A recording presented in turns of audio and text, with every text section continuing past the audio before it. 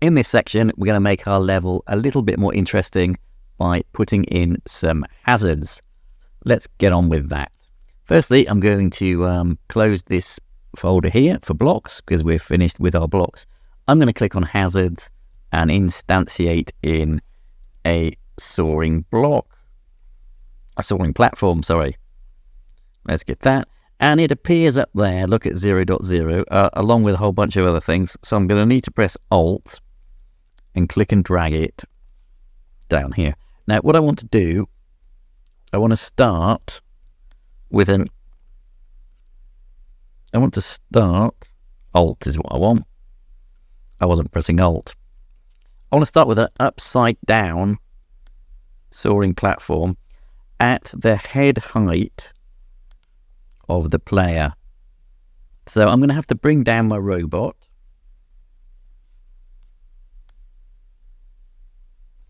And I've got my soaring platform there. So let's go into transform and rotate it 180 degrees. And that turns it upside down. Let's now bring it down to the head height of the player, which is about there, isn't it? Let's try it out and see if we can walk under the platform.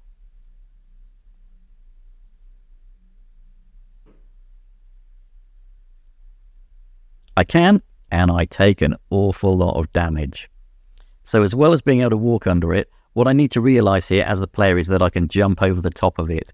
If it's head height, you can actually use it as a real platform, but you have to be careful that it is facing downwards before you jump onto it. Okay, let's crack on. Let's put in a few more platforms. Next one I want is on top of the platform here. So I'm going to just Command D and duplicate that. Click and drag. We'll move my robot over there again. And check it's at head height, which is about there. So I'm going to put it there, just in the middle. So if you walk underneath it, you'll take damage. But if you jump on it, you'll avoid damage. So that's what the player's basically got to learn in this case. So yeah, if I jump under there, I take damage. But if I jump on top of it, all right, good. Now I'm going to put some underneath this platform here. So I can just duplicate that and put it under there.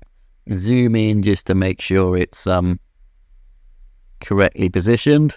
Duplicate it. Put it there. Will it move over? Now put it there. And then what I can have is a battery in the middle. So I have to jump for the battery, but to be careful that I don't hit the two soaring platforms.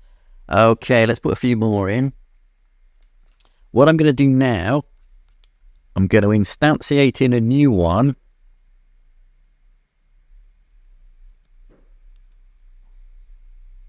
And that's going to appear at the beginning. And I'm going to have to press Alt to move it. I'm going to move it here. I don't need Alt now because it's free of the other stuff. I'm going to put it here and I'm going to go into its transform again. And this time I'm going to rotate it 90 degrees. 90 degrees. Okay, so I'm going to put it there to act as a bit of a hazard there. Now I'm going to duplicate it. I'm going to rotate it 180. Nope. Minus 90. There we go. It faces that way. So there's just a couple of things to avoid when you go down that section there. Okay. Now I'm going to copy this one. So Command D, drag it. And I'm just going to put it in the roof opposite here. Maybe not quite on the roof because it's a bit high, isn't it? Maybe sort of down here, something like that. Well, that's going to be head height. Let's try that first. So now I duplicate that, move it across. Duplicate that, move it across. Let's just zoom in to check that's okay. Yeah, it is. What I don't want is these collision shapes overlapping other nodes. That would be bad. Now I'm just going to hold down Shift, select both these, Command D, and just move them across. I want a bit of a gap between the two to put a battery in. Yeah, so that's good there. Now I'm going to copy all of these. So I'm going to hold down Shift, Command D, and I'm going to move them up here. Again, I want them at head height. So let's bring my robot over. Where's my robot? I want them at head height. Yeah, they're a bit high, aren't they? Zoom in.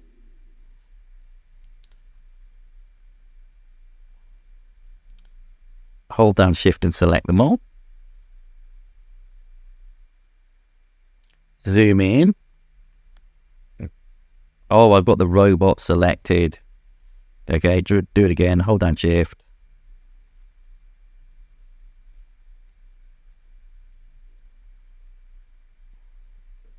Zoom out.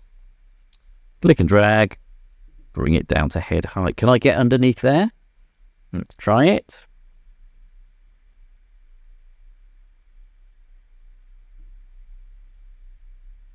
I can, but I'll lose all my life. Yep, there I go. Game reloads. So what can I do? Got to jump on top. And that's how I get out of that. Put another couple there, do you reckon? Yeah, let's try that.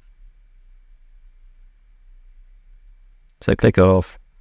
1, hold down Shift 2, Command D, and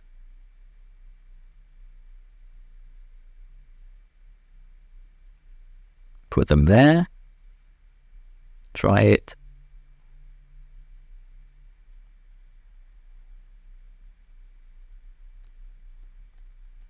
Oh, and I can drop. Door open. All right, good. I have locked myself in there, so let's just test those ones. So I'll move my robot to here.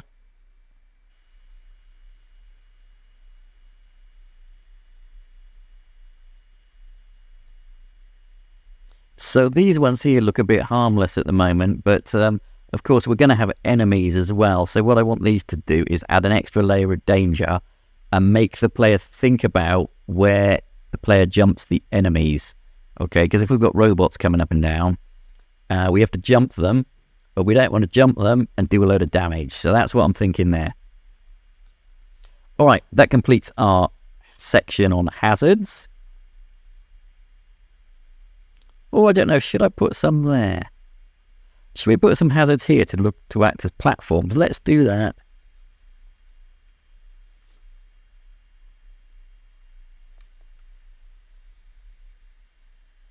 I'm going to duplicate that. Bring it over here. To act as a hazard if the player... Now, you know what I'm going to do? I'm going to turn that upside down. Turn that upside down. So you've definitely got to clear it.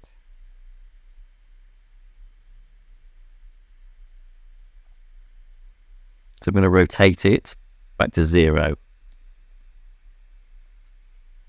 And then that just is a bit of a hazard if you get your jump wrong. It's not that dangerous. So you can get down there. Okay, I need to move it up slightly. So let's move the robot down. Move it up to head height. That looks better. Let's test that. So I can get underneath. And I can jump it. So it's not that dangerous, but it's you could catch the player out with it facing the other way, couldn't you? You could jump on it and they think, oh no. All right. I think that's probably going to be okay. Okay, so I think that is our hazard section done. Join me in the next section. where we will add some robots to make our scene even more interesting and even more dangerous to the player. I hope to see you there.